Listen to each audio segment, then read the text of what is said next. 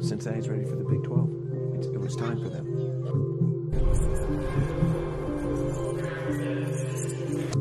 I am fired up. It's a blessing to be able to be in this league with y'all, putting on for UC. Cincinnati, a basketball school. And there he goes. Touchdown! Bearcats! Raquama again. Another slam inside. Ladies and gentlemen, welcome back to the GoBeercats podcast. I'm your host, Brandon.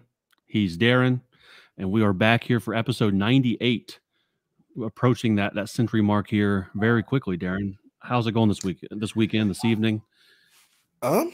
Going good. All things considered, I guess, after yesterday. Well, we're here to react a little bit to that, the Bearcats' fourth Big 12 loss in a row here.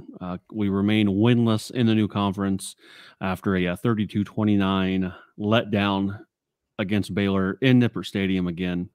We're gonna, give our thoughts and reactions to that here, and see if we can figure out, I don't know, the recipe for success for us. I don't know. I think we saw some things that we liked, or some things that got better this weekend as compared to against Iowa State.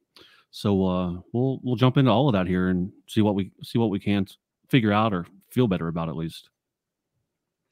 Yeah.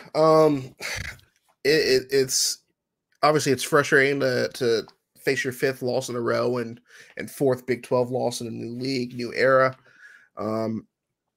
And it's unfortunate to be excited that we have some silver linings in a win,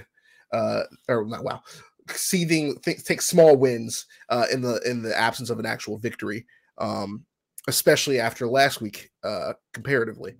But that being said, I think this is what we saw yesterday.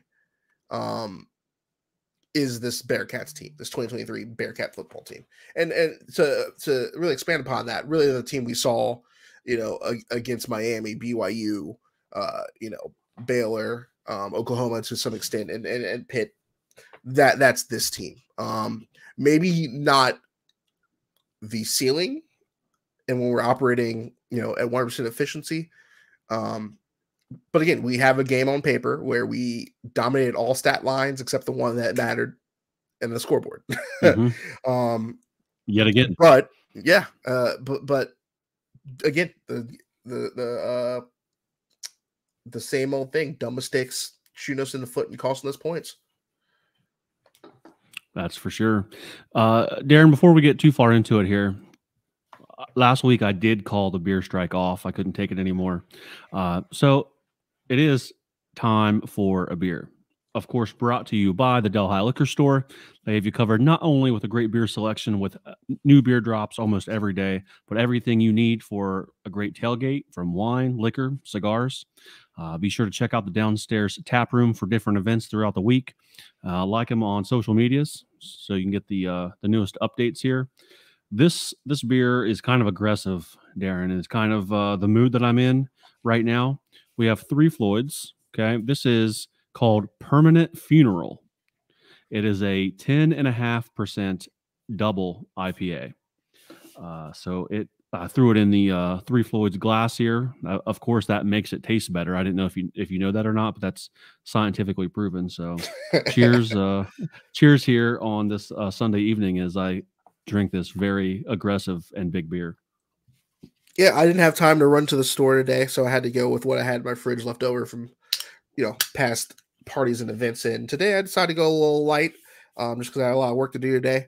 But I'm going with an Absolute Vodka today. Oh, nice. There you strawberry go. Flavored, and a nice old school Din koozie from a few seasons ago. From seasons past. Yeah.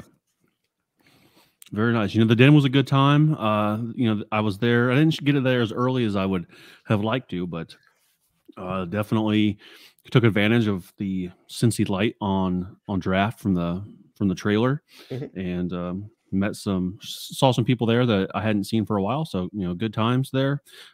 Baylor fans, I would say, at least in the tailgate, I didn't see as many of them as Iowa State fans, for example, or even Oklahoma fans. I'd say the Baylor fans traveled the least amount so far, from what I could tell. Although, in Nippert, there was a decent contingency of them there in the visitor section, which I don't know about you, but I'm not used to that section being full of visitors.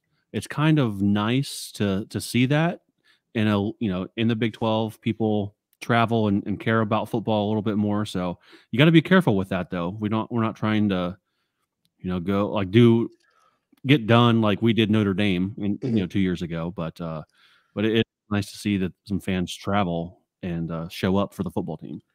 Yeah, I kind of miss when it's been years at this point, but I kind of miss when the away section was actually more of a section and not sort of a crowded blob behind the opposing bench. Really makes for a bad time when things aren't going your way. For sure. Not a lot of things went our way Saturday against Baylor.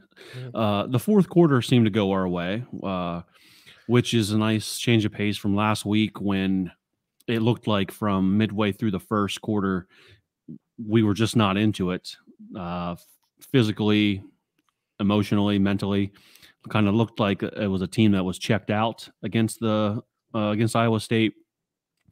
Not the team that I saw this past weekend against Baylor. I was really looking for that as I was, in Nipper. I was like, let's see what the energy on the sideline is like, what the energy is coming on and off the field. And it was a complete 180 from a week ago. And I am glad that is true for this week. Even though we lost, I think I will take that version of the team as compared to last week. Yeah, absolutely. I would say these guys are getting tired or getting punched in the mouth, but I said this after the BYU game, that this team has some fight in them. I would say that ISU game was more uncharacteristic of what this team is currently, than the concept of. The losing consistently doesn't feel great either. These guys want to win, but I think that ISU game was such a damper, that it almost felt like an anomaly about how this team has been established so far.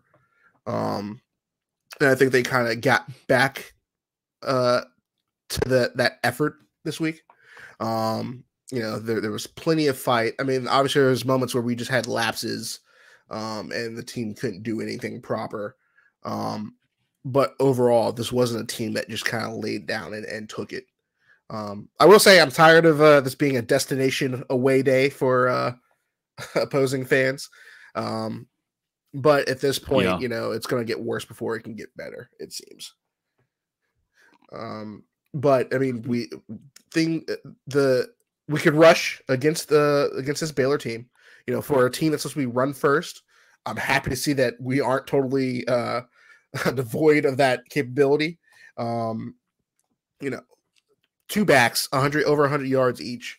Corey Kyerly for 15 for 129, almost 8 yards carry. Miles Montgomery, 10 for 103, 10.3, 2 touchdowns. Both along at just about 40, 38, for Miles, 40 for Corey. I know you saw my tweet during the game, but I was like, UC running back room, Miles Montgomery home run hit. Because that's sort of the terminology people have been throwing around after Satterfield made those comments a few weeks ago about having guys who can't hit those home runs yet. And I think they finally took that to heart. And, we're finding the holes. The line obviously has to be operating well as a rushing attack line to open those gaps for those guys. But these guys are also seeing those holes, heading there, making things happen. And I even mentioned Miles Montgomery. If he could take that next step, he, can be that dude. And we saw a little bit of that. He, not just the hitting the gap and and choosing the right place to go, but making something happen and making guys miss after the fact and then accelerating. I don't think Corey just has that acceleration in his tool bag. He is okay at finding that second move, but not amazing at it. But overall, I liked what I saw of the rushing attack. Passing, on the other hand,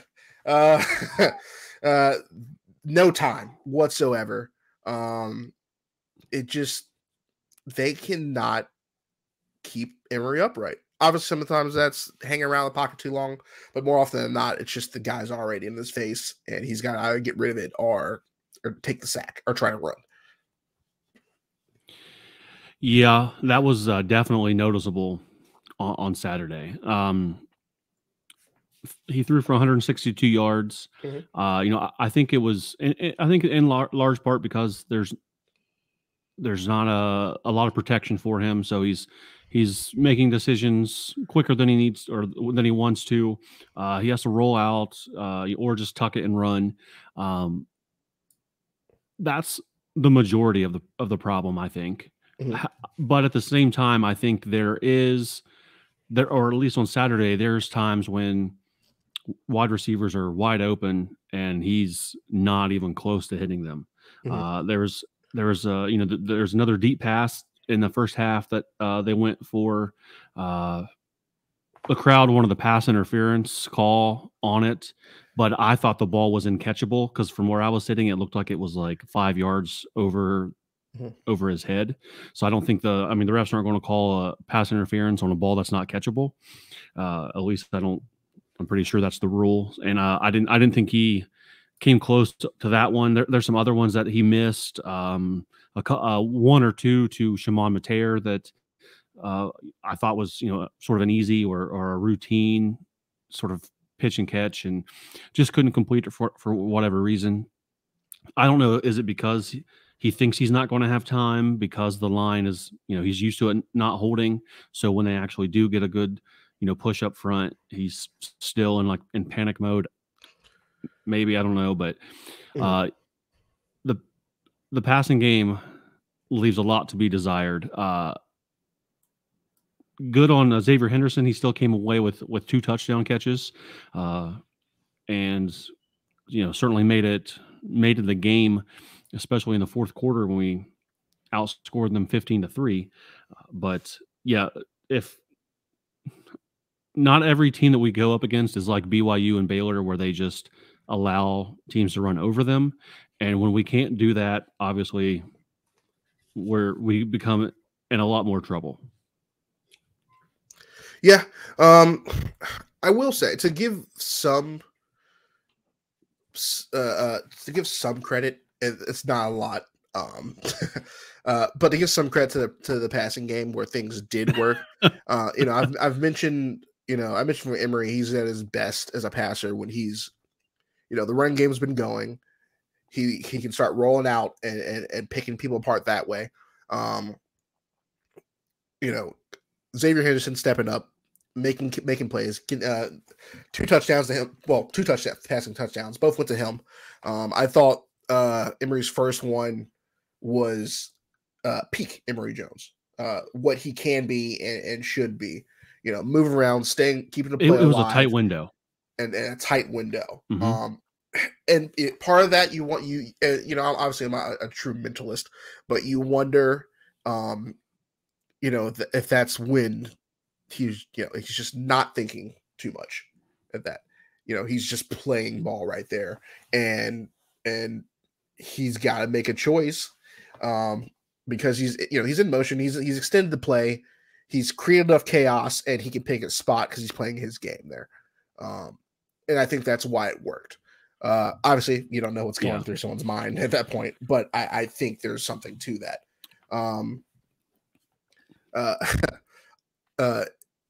No interceptions for him as well. So he played a clean game in that aspect. But again, just for the standard passing attack, it just isn't consistent enough because the line can't keep it together. Again, some of that is Emery, like, either overthrowing guys or being a little off, but like seeing how that line plays in when we're in a passing situation, I'm less so going to be hard on Emery at this point than I am going to be on that line. Just, I think it's more so them than it is him at this point. Because we know who Emery is at this point, even at his peak as a player. I think that line's way more of a problem than Emery is.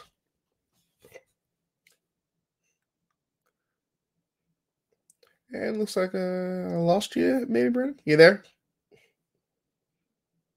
And I lost him. Yeah, as I was saying though, that line is a way bigger issue than Emory Jones himself at quarterback. He still gives us the best chance to win when he's at the helm there. And I even asked this last week, would you even want to put some of your young quarterbacks back there with a line that can't pass protect, especially for when your primary backup quarterback is a passing first quarterback? It just doesn't seem viable. I'm hoping that's something they can fix in the portal because they're going to have to, or at least develop some guys. But you wonder, with as strung together as hey, welcome back. You missed it. I was just making the point that with the line being as bad as it is as far as pass pro, Emory Jones still gives us the best chance. Would you even want to put, I spoke to it last week, would you even want to put a backup quarterback who is primarily a passer behind that line that can't pass? But I was, as you joined in, I was just going to say, we have to either, well, I just said we're going to have to probably fix this in the portal next year, or try to develop some guys.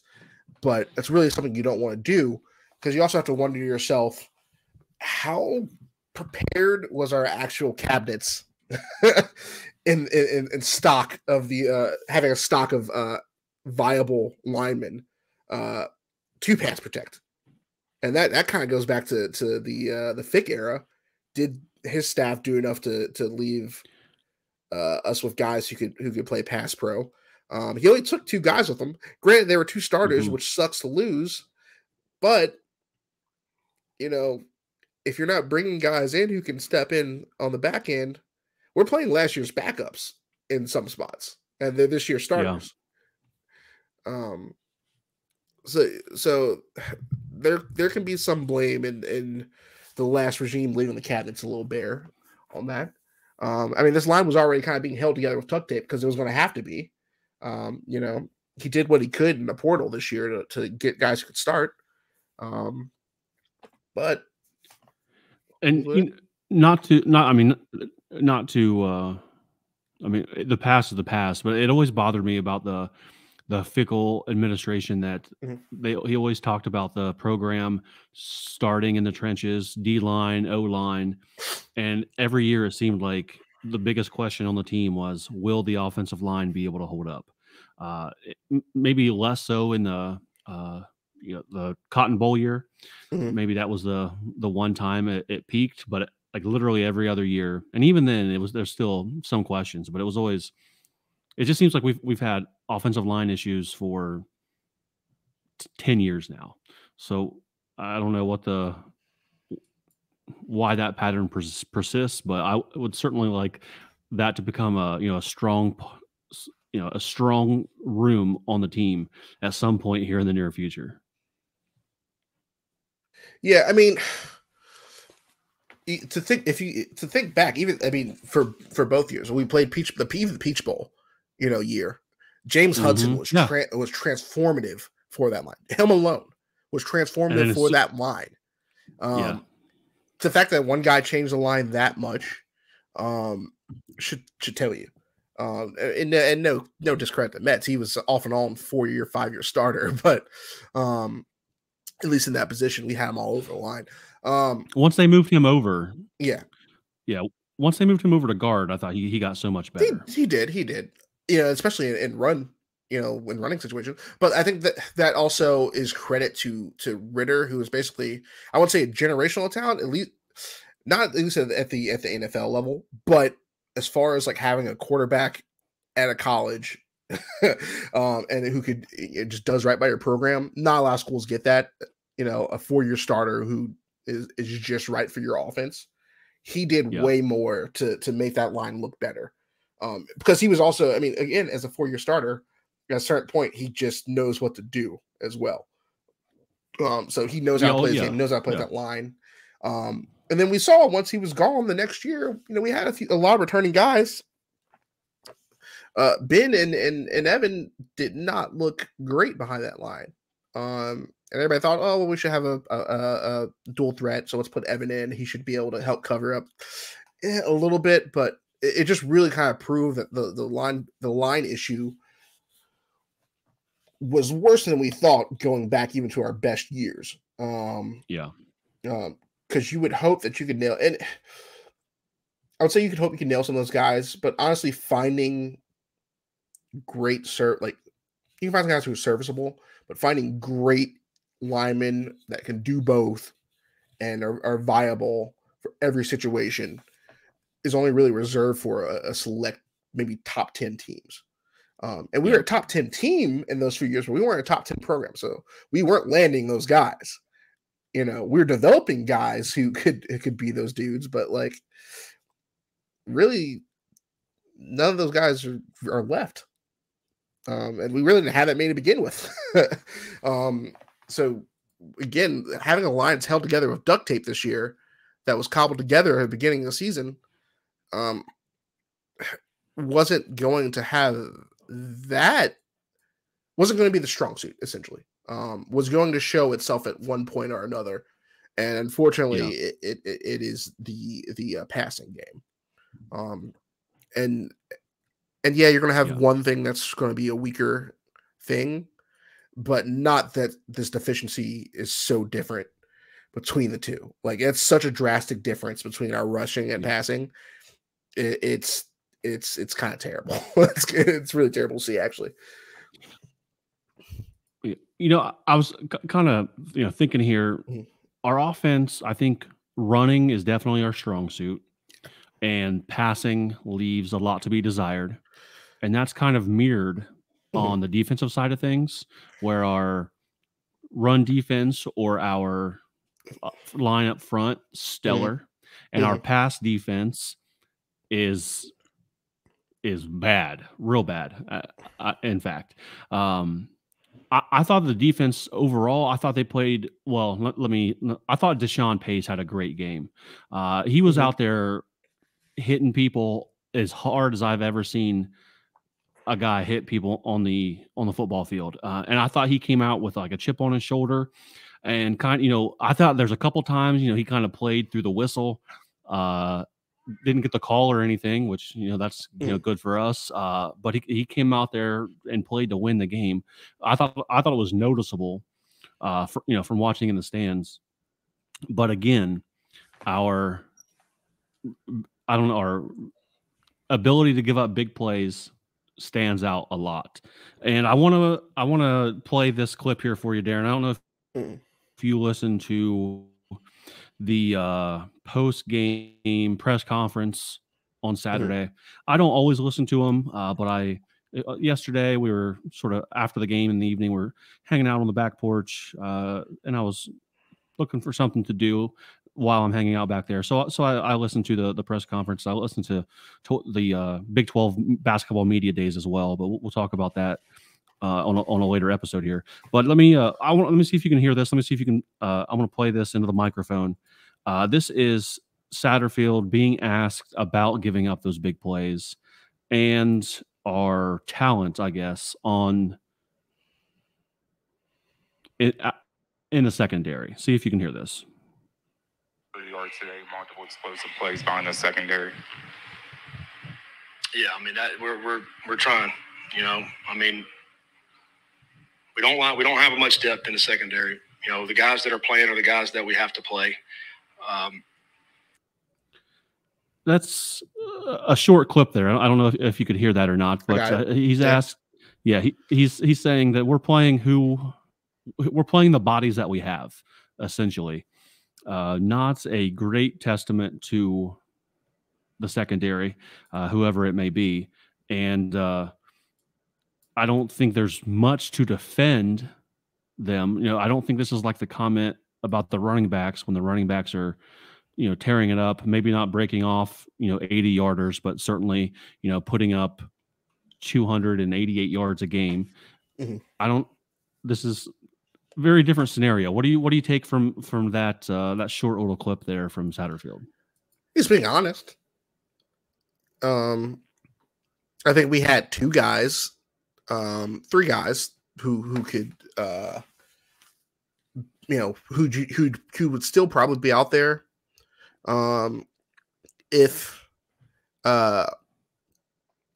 we had a little more depth and had more, some more desirable players out there. I think obviously Sammy is beat up, to say the least. Pace would still be out there in that specialty position. But other than that, I mean, it's oh, go ahead. Sorry.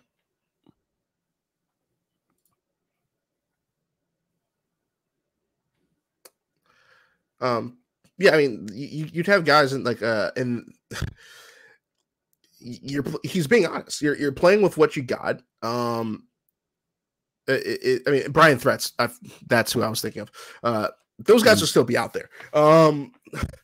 But other than that, you got guys who are struggling, probably playing earlier than they actually probably would have been, maybe even for Fick. Yeah, you know, he would give some of these guys a shot, but you have that whole room rotating. I mean, we've seen everybody at least once in that room this year, because we had to. I mean, they've been banged up, but it's a lot of a lot of young players are seniors who weren't playing for specific reasons. And Justin Harris, like, you know, waited his turn to play. Jordan Young is just that. He's young. And we're kind of, you know, Taj Ward's out there when we can rotate him in, but it's just his guys haven't been good enough. They've gotten beat on deep plays. They've been caught out of position. They don't know what's going on half the time. And it's just every single problem and not to mention they just drop picks too.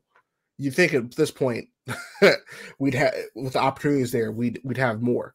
And to give credit to Pace, he played like you said, he played an amazing game. Led the team in tackles, almost led in solo tackles.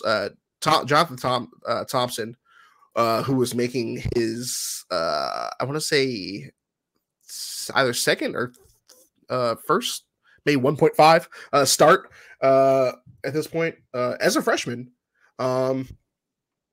Had more solo tackles, and he did actually pretty well himself. But Sean Pace also had one of the 3 sacks for the team on defense. So I mean, it was safe to say he was all over the place that day. And he even played his pass coverage pretty well. All things considered, he was fired up. He was I heard he was on the sidelines, you know, jawing at the offense when they just being a good teammate, and being invested in this game. I think that's a far cry from the nasty rumors we've heard. That's a good word. From earlier this season and being in disciplinary trouble. But yeah, I think he's just being honest. The talent isn't here everywhere. Sorry, go ahead.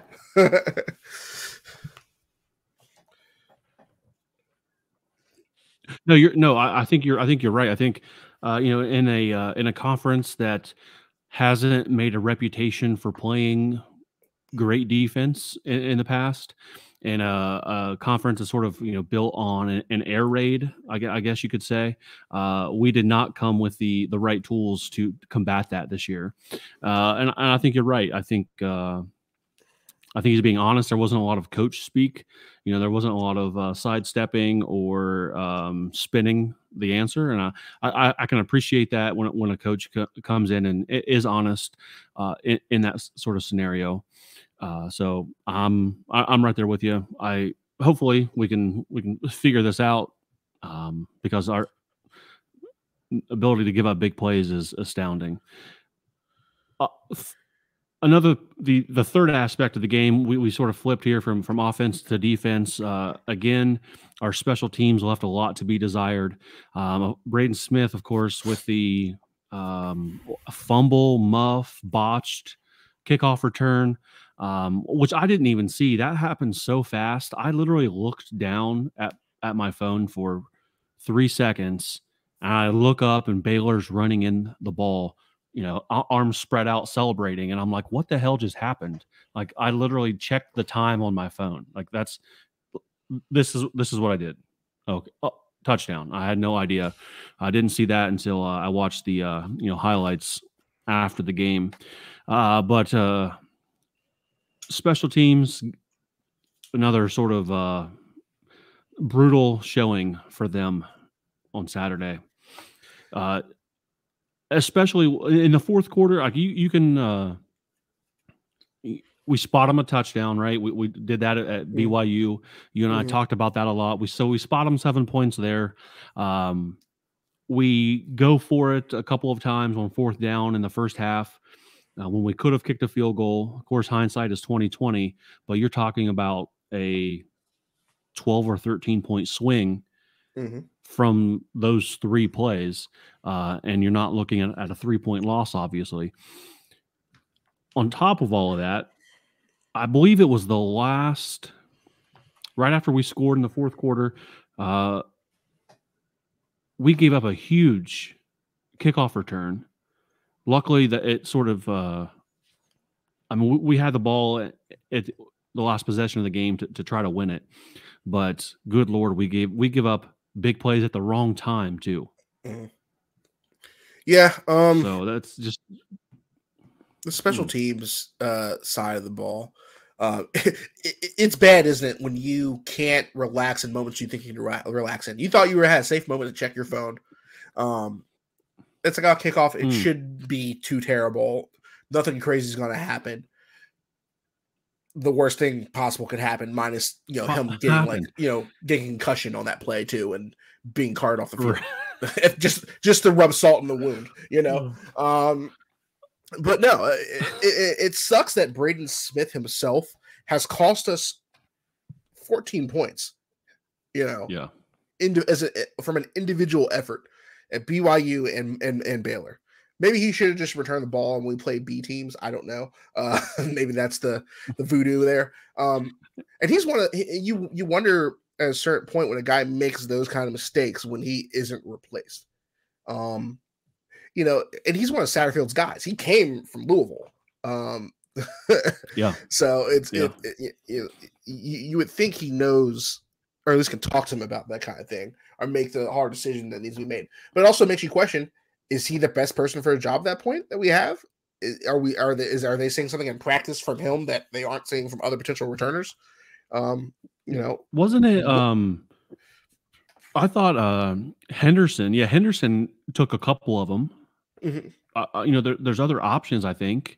And now that you bring up that he was at Louisville with him, I wonder if Smith has a history of this. I don't know if he did punt or kick returns for Louisville under Satterfield in the past, but is this a historical problem that he's had, or is this some sort of new development here? I would like to go in and look at that as well. But you would think that there are some other options, like Xavier Henderson, who had a couple, and actually his long return, it says in the box score here, was 37, so it's not too bad there. Especially, Darin, when you don't even have to catch the ball. You don't even have to. You can just do this. Watch. Just back up. You can just touch move. it either. He did not need to touch that. And even Coach said as much. He didn't need to touch that one.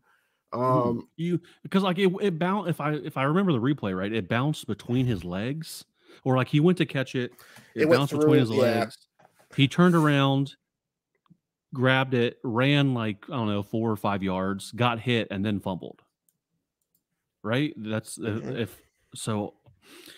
Just a play destined to hurt us from the very beginning there, I guess. But other than that, he's not the only one that botched something. I thought in the second half, especially, the game got a little sloppy. I mean, Braden Smith had 2 fumbles because, well, we'll talk about that one play here in a second. But Jones fumbled once, Kiner fumbled once. One of the quarterback or running back from Baylor fumbled. I think those were almost all in the second half. Like right after halftime, I was like, what is happening here? This is getting really sloppy. But to talk about the play towards the beginning of the fourth quarter, the double pass play where we threw it to Smith. Smith was going to, Braden Smith, we're going to throw it down the sideline the opposite way, and he got lit up immediately and fumbled. You talking about when Emory dropped the ball, or it didn't get to him? Basically, it was tipped. Also, yes, I think. Yes. What? Yeah, he wasn't going to have the ability to stare that one down. That was brutal. And it was a touchdown too if he gets to that. But he throws it short. On top of that, and also part of it, I think Emory heard footsteps. He wasn't trying to get lit up. So it was just a disaster. And we were fortunate enough that it was a forward pass. He had daylight, but like, it was a disaster. But we'll get to more of this later. That is 100% Satterfield as a coach. We shouldn't be surprised at that completely. We can be surprised at how bad it was and how poorly executed it was, because that has been the MO of this team, or at least the bad MO of this team, is lack of execution in crucial moments. But as far as being surprised at trick plays, that's Satterfield. And we can talk more about that a little bit later in the show. But it's just one of those things where let's talk about it now. Let's go for it. Jump into it. Yeah, let's go for it. Okay, yeah. I was just gonna say it was one of those things where again, we don't execute and it costs us an important moment. And to the credit, I like that Satterfield is aggressive as a coach and likes to pull that stuff out. Sometimes you have to have a tricky side to you, and that's just who you are. People were upset about the field goals, him going for it on, when we should have took the points, or but when you kind of stop and actually think about it for a second, that is who he is as a coach. He is an aggressive guy, and if the guy's going for it in almost on the other half of the field, he's probably going to go for it near the red zone. Yeah, and people want us to go for it a lot of times until it doesn't happen. It's kind of damned if you do, damned if you don't. You're exactly. When you're at home, when you're 0-3 in the conference, when you're at the time 1-4 or 2-4 overall, like I think you gotta. I like that aggressiveness. It's not the. What do you have to lose at this point? Almost? It's not. Yeah. Like exactly. It's the 7th game of the season.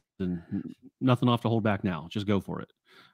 So I really don't mind that. Yeah, hindsight, people will go like, well, if we'd have done this here and here, at the moment, in the moment at that time, I think it's the right call. And like you said, you're awesome if you convert and it goes well, and if not, you're the butt of the joke. So yeah, you're the village idiot, the town fool. Yeah. And another thing, like when as I mentioned, like actually stopping and thinking about it when it comes to Satterfield, but even those points that we didn't go for, that we got nothing out of, you're looking at 6 points potentially, where we could have kicked a field goal. And I've been guilty of this too. It's easy to say if we did this and if we did that, that it would be a different game. But you know, because it's easy for us to go, okay, well, the score was 32-29. If we had, you know, at least 3 of those points, it's tied. If we had both of the 6 of those points, you know, we win. You know, if we didn't give them weird special teams fumble touchdown, you know, that's even less points they have, and we don't need to kick the field goal. But you also have to say at those moments, it's a different game at that point too. You know, it's not right. It's not 17-7 at a certain point. It's 10-7 with us with the ball, or you know, we've scored those field goals. Maybe the situation is a little bit different. Maybe the decision making you have different decision making at different points in the game. So it is easy for us to say, you know, at least do the simple math and say, well, yeah, those points are missing. So, you know, let's just add that to 29. But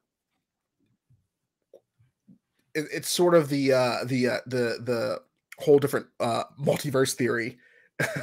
Different decisions made at different points yield different results, and maybe the results that branch off from that are also different. You know, so again, like I said, it's easy for us to say we should take the points, but like maybe we take the points at that point, and it's a different game. You know, it ends 21-14 or 21-17. You know, we just don't know. Yeah. And you say you want to take the points when you're a team that's this bad, but you're also gonna want a coach who goes for it when at this point I wouldn't say you have nothing to lose. We're still in a play for a bowl game, but effectively how things have been trending, you got nothing to lose except gaining respect and building this team out. And that makes me actually kind of want to segue. Still talking about the coach, but people have been calling for him to be fired. You know, he makes excuses and this and that. This time around, he just was brutally honest. Again, he said, it's my fault. This team isn't where it should be or where I want it to be. You got what you want, you know? Now, what changes from this point? From someone you're allowed to be critical. You're allowed to want us to do better because obviously everyone wants us to do the best we can. But now that he's admitted that, what's going to change for you? It doesn't change what's already happened at this point. You know, don't move the goalpost now. Don't move the goalpost. Don't move the goalpost now. He admitted that some of this lies on him. This is his fault. It's not what it should be. He's taking responsibility for it. Where do we go from here as a fan base? You know, now that's out on the table. Really know where to go. Yeah. You have to support the guys, remain critical where we need to be critical, but support these young men out here trying to make a difference in their lives and make this university proud. Because at this point, I don't agree with the sentiment that he is a Tommy Tuberville. Tommy Tuberville may be our last moment where things were not going well, and things aren't going well at this moment. But Tommy Tuberville also started off really hot for this team and was competitive, and then also got a share of the title. I want to say the next year or the year after, and then things went downhill. So I mentioned this before. He's not thick. He's not Tommy Tuberville. He is Scott Satterfield. He is. Every coach is different. The only similarity begins and ends. This is the moment that we're losing now, and Tuberville was the most recent version we were losing before, or at least things weren't feeling great. But Vic also, again, started off with 4 wins where he should have had like 1 or 2 wins. So if you want to talk about when things were bad, maybe you should blame Vic at that point too. It just makes no sense. Just know what you're mad at. Is really what I'm saying. Yeah, I remember. I think we beat Tulane that year off of a last-second missed field goal from them. Like it was like a 25-yard, 30-yard field goal. They just hooked it right, and we won like 17-16, something weird like that. But yeah, I mean, same thing here, man. We've sort of been on that soapbox for 3 or 4 episodes now, and we can continue to beat that drum to make sure people are not losing their minds. This is a very tall uphill battle that he's facing. Is he coming away without any blame? No. It was good to hear him talk about or take responsibility. As my lights flash here, I don't know what that was, but take some responsibility. And you always say, this is not what Cincinnati football is about. And I promise you, it's not going to be like this, forever. I think he's, unlike Tuberville, he's a guy that wants to win and wants to compete, not just on the, the island green on the 17th hole or whatever it is. Right. Yeah. A couple of things here that you reminded me while you're talking about. One, it's in football and basketball, maybe more so in basketball, but it's very hard to watch a play develop while you're not looking at the ball. Yeah. Okay. Eyes, you look, where's the ball? What's going to happen with the ball? But football and basketball, there's so much more happening away from that zone. And I challenge people to try to look at what else is happening here. I'm really good doing that with basketball. Football, not so much. But this Saturday, I told myself, I was like, I want to watch how teams are defending Dante. I want to see what they're doing to him. I'm not going to watch the run or the pass develop. I want to see that man takes a beating for 3 hours once a week. They are chip blocking him from while he's trying to throw his man to the ground. There's one guy coming, hitting him in the side, and then there's some other action here on the line, hitting him from the other side.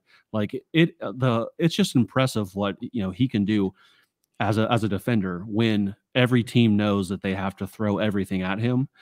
So I challenge some other people to watch not only Dante, but Jawan Briggs, who I think had a good game as well. Watch those guys up front and see the beatings that they take.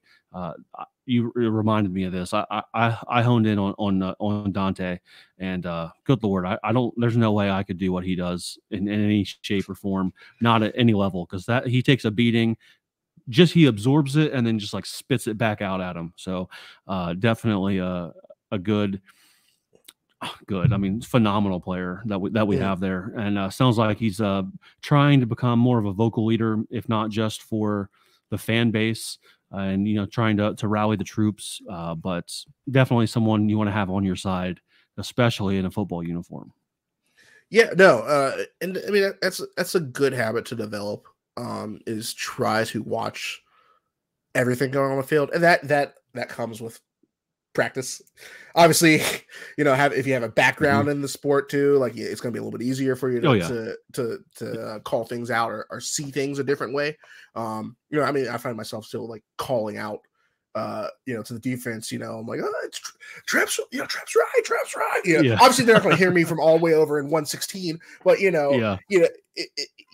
out of habit, where in a place where you can be loud and it's encouraged to be obnoxious and vocal, you find yourself yelling that stuff. But it really helps to know what you're looking at. And I'm not saying exactly know what the playbook is. Go sit on the meetings at UC or but try to take in the whole game.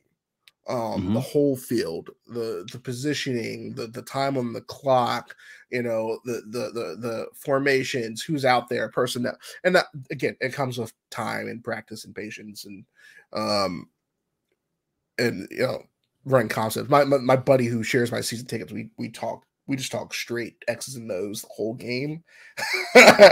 when we're sitting next to each other, it's like, oh, why didn't you run this? Oh, yeah, see that bootleg isn't working. Just things like that. But to your point about Dante, he is a true son of Cincinnati, and it's great to see that kind of guy play for your team. Every school wants a guy who's local to play for their team and who's good enough. Got a little worried because we saw him have to limp over to the tent during the game. He came back out to finish the fight. Hope he's not reactivating an injury too well. We did unfortunately lose Barrick Falk. He got carted off the sideline, which sucks because he put in a lot of work in the offseason. It's good to see a true fullback out there almost. Make fullbacks great again. Bring that back. Danny G got injured too. I don't think I saw him back in the game at any point. I know he got banged up. He might have gone to the locker room from what I saw. I don't remember. But it does suck to take those beatings and not have anything to show for it outside of a better team dynamic. Yeah. What's let's flip it here. Let's look forward a little bit, Darin. We have the Bearcats traveling to Stillwater to take on Oklahoma State, a team who in September it looked like they were in a lot of trouble, getting beat by Iowa State, getting beat by South Alabama, South Alabama 33. Like they got whooped by South Alabama. October comes around and the Cowboys have become a new team, beating Kansas State, beating Kansas, and then this past weekend beating West Virginia. So they seemingly figured some stuff out. The Bearcats open as 8-point underdogs against the Cowboys. It is a late kickoff, a night game. It is Oklahoma State's homecoming. Seems like the cards are stacked against the Bearcats here this coming weekend, as Oklahoma's 5-2 now overall, 3-1 in the Big 12. Not a lot of people thinking the Bearcats are going to compete on Saturday. Anything that stands out to you about them or about the matchup? Yeah, no, it seems like they've definitely figured some things out as of late. Mike Gundy is an experienced coach with an established team at this point. Bowman is okay. He's a 50-50 kind of guy. He is 124 for 212, and then 1,294 yards on the season thus far. Only 6 touchdowns and 4 interceptions. So what we're going to have to look out for more so is their rushing attack, because that's going to be where a lot of the touchdowns will come from so far this season. It's 12 rushing touchdowns to their 9 passing touchdowns. Not even from the all one quarterback, mind you. Gunnar Gundy has 1, and then Garrett Rangel has 2. So it is they're gonna lean heavily on that rushing attack this week against us, which we might be able to stop for a bit, but you wonder if they start to go to the pass and they have some things open up, if we just don't get picked apart at some point. Again, not a fantastic quarterback room, so maybe we can try to make them one-dimensional, but it's going to be tough sledding, going in there on their homecoming, the pokey paddles slapping, and against an established team and coach. A bit of a down year for them because he doesn't seem like he has his dude at quarterback. He's still trying to figure that out. But sometimes you can't account for experience. And yeah, Satterfield is an established coach too, but not on an established team at this point. So yeah, you gotta take with a grain of salt. Your hope is that we can surprise them and we sneak up on them a little bit, and then Satterfield can pull out some witchy trickery and stun them. But again, 8:00 game for us. Yeah, for the Halloween weekend there. Halloween weekend. Yeah.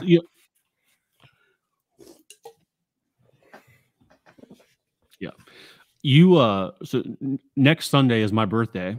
It'd be great to get a win on my birthday weekend. You're getting married next weekend. Would be a great wedding present from Satterfield to get a win. So he could definitely help us out here on a celebratory weekend, and upset at this point. Definitely would be an upset, the Oklahoma State Cowboys there. So that would we'll be looking out for that. One thing here, as we sort of start to wrap things up, Darin, in the Discord, there's been talk recently of how I will atone for my sins for breaking the beer strike. I meant to bring this up at the beginning of the episode, but I skipped over it. So I'm going to wait and see how early I broke it before I accept my punishment. So we'll consider the Iowa State weekend. That's the weekend I broke the beer strike. Mm-hmm. We'll see how many weeks it takes to get this first win in the Big 12, or again, I guess this next win. Hopefully, it doesn't last until basketball season starts up, and we have to, hope the Bearcats can beat UIC on Monday, November 6th, who is their first game. But it might come to that, and we'll count up the days, we'll count up the weeks, and we'll assess the punishment for breaking the beer strike at that point. I don't want to prematurely take in the punishment here. So it's coming. I will accept it, like I said in the Discord, but we're going to see how early I broke it before we decide what we're going to do. Just wanted to throw that out there in case people were wondering. I know I talked to Joe Barnett at the game, and he was asking about it. He said he was glad it was over. He was one of the people that were mad at me for drinking a hoist at the tailgates. So the atonement is coming. Just we're going to wait and see how long it takes before we decide what to do. Let's go with this. So that's all I have, really, man. Or no, go ahead. How about this? From that point forward, from this point forward, you have to watch a Miami game of Ohio. So Tuesday, Wednesday action, whenever the frick they're playing, you have to watch their games. You have to tune in for their game and watch it in its entirety till we have a win. So let's say, you have to watch. It looks like they play Ohio this weekend on your birthday. Okay. You have to tune in for that 3:30 game and watch it. That's got to be your game. CBS Sports Network. If the Bearcats don't get a win this weekend, that means you got to tune in next weekend. Or looks like they have a bye, but it means you have to tune in to Akron after that. But say they get a win during that bye for that, Akron would be the last one you'd have to watch. But if not, then you're watching Buffalo. Them against Buffalo. Maybe we get a win that weekend. You're done there. And then you wouldn't have to watch Ball State at that point. But to add on to that, if they do get the win next weekend, you still have to watch. That's I like that. We will definitely add that into the mix because it sounds a whole lot better than shotgunning a Cincy light for every day that I shortened this strike. Yeah, that's alcohol poisoning right there. Let's not roll into that too much. Mm-hmm. So they did have her lose. I did watch their game because I was being vindictive. I needed somebody to share the pain. They lost Toledo. I watched the rest of that game this past weekend. Gabbard went down with a serious injury. He got carted off and then they took an ambulance all the way to Fairfield. So yeah, it was bad. Yeah. But they lost Toledo, so at least they beat Cincinnati as the highlight of the year so far.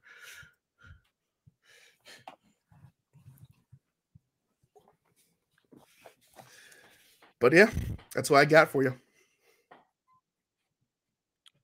Oof.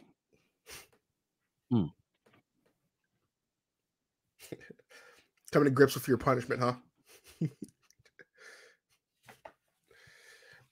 Oh, he wasn't coming to grips with his punishment. He was losing his signal there. I'd be afraid too. That game was painful to watch this past weekend. Yeah, I was definitely doing some vindictive football watching after our game. Watched a little bit of whiskey. They pulled out their win. Those Fick boys aren't doing too terribly. Oh, hey, there you are. You back. Everything that could have gone wrong has gone wrong this episode. Of course, how it started out, you know about that. My internet trouble here. My light went out, flickered on and off, and now it's out. Just about like the Bearcats game against Baylor this past week. Everything that could have went wrong, and this podcast is certainly the next sort of installment of that. So I think we better call it while we're still ahead, while we're still alive and breathing here. Sounds you good. have a big day coming up this week, and I don't want to jinx that because of this this podcast or anything else that's got you into trouble here. So we will we will figure it out here. We will be back again shortly. Like, subscribe on YouTube, and we will live to fight another day. Darin, I hope you have a great wedding, a great weekend next weekend. Hopefully the Bearcats can win as a wedding present for you. So as always, cheers and go Bearcats. Cheers. Go Bearcats.